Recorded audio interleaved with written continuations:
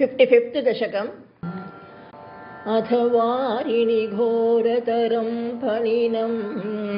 प्रतिवारयितुं कृतधीर्भगवान् द्रुतमारित तीरकनीपतरुं विषमारुतशोषितपर्णचयम् अधिरुह्य पदाम्बुरुहेण च तं नवपल्लवतुल्यमनोज्ञरुचा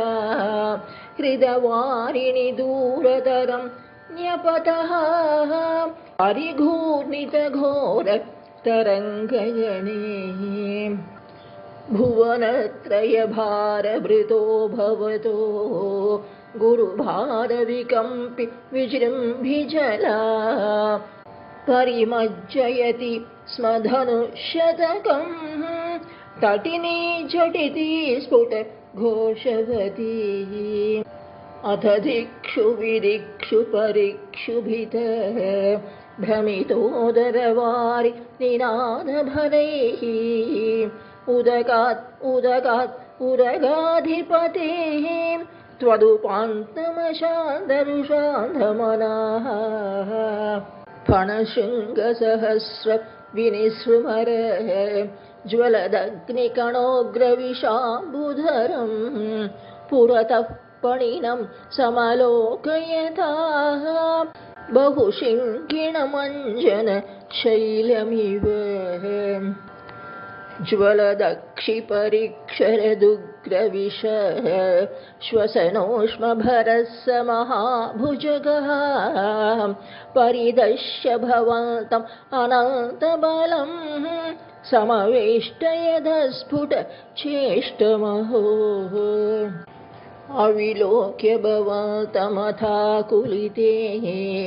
तटगामिनि बालक धेनुगणे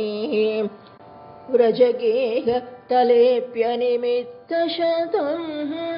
समुदीक्ष्य गता यमुनां पशुपाः अखिलेषु विभो भवदीयदशाम् अवलोक्य जिहासुषु जीवभरं फणिबन्धनमाशु विमुच्य जवात् उदगम्यतहासजुषा भवतः अधिरुह्य ततः फणिराजफणा नृते भवता मृदुपादरुचा कलशिञ्चितनूपुर मञ्जुमिलत् करकङ्कणसङ्कुलसङ्क्वणितं जहृषुः पशुपास्तुतुषुर्मुनयो ववृषुः कुसुमानि सुरेन्द्रगणाः त्वयि नृत्यति मारुत गेहपतेः परिपाहि समां त्वमदान्तगतात्।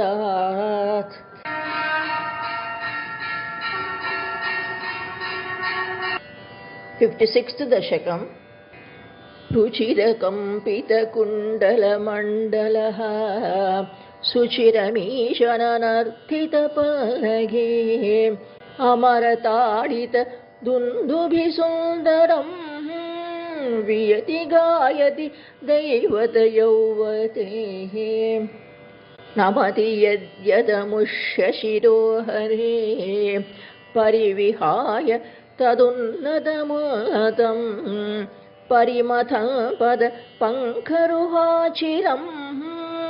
व्यहरथाः करताळमनोहरम् स्वतव भग्नविभुग्नफणागणे गलितशोणितपाथसी फणिपतावसीदति संहताः तदबलास्तव माधवपादयोः अयि पुरैव चिराय परिश्रुत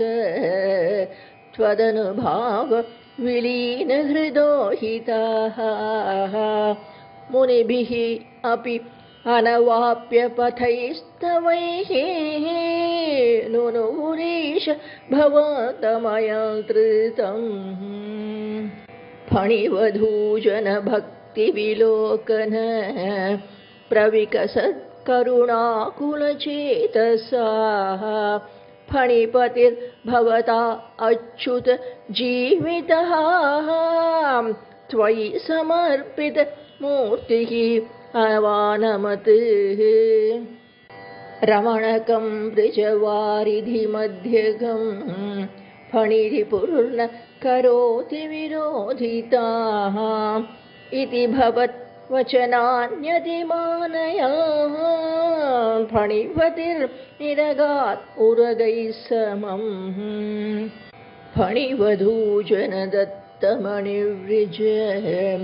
ज्वलितहारदुकूलविभूषितः तडगतैः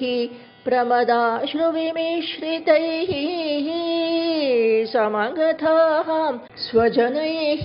दिवसावधौ निशिपुनस्तमसा व्रजमन्दिरं व्रजितुमक्ष्मये भजनोत्करेः स्वपिति तत्र भवच्चरणाश्रये दव कृशानुररुन्ध समन्ततः प्रबुधितानथ पालय पालयेत् उदयदार्तरवान् पशुपालकाः अवितुमाशु पपाथ महानलम् किमिह चित्रमयं खलु ते मुखम् शिखिनिवर्णत एव हि पीततः परिलसत् अधुना क्रेयाप्यसौ इति नुतः पशुपैः मुदितैर्विभोः हर हरे दुरितैः सह मे गता।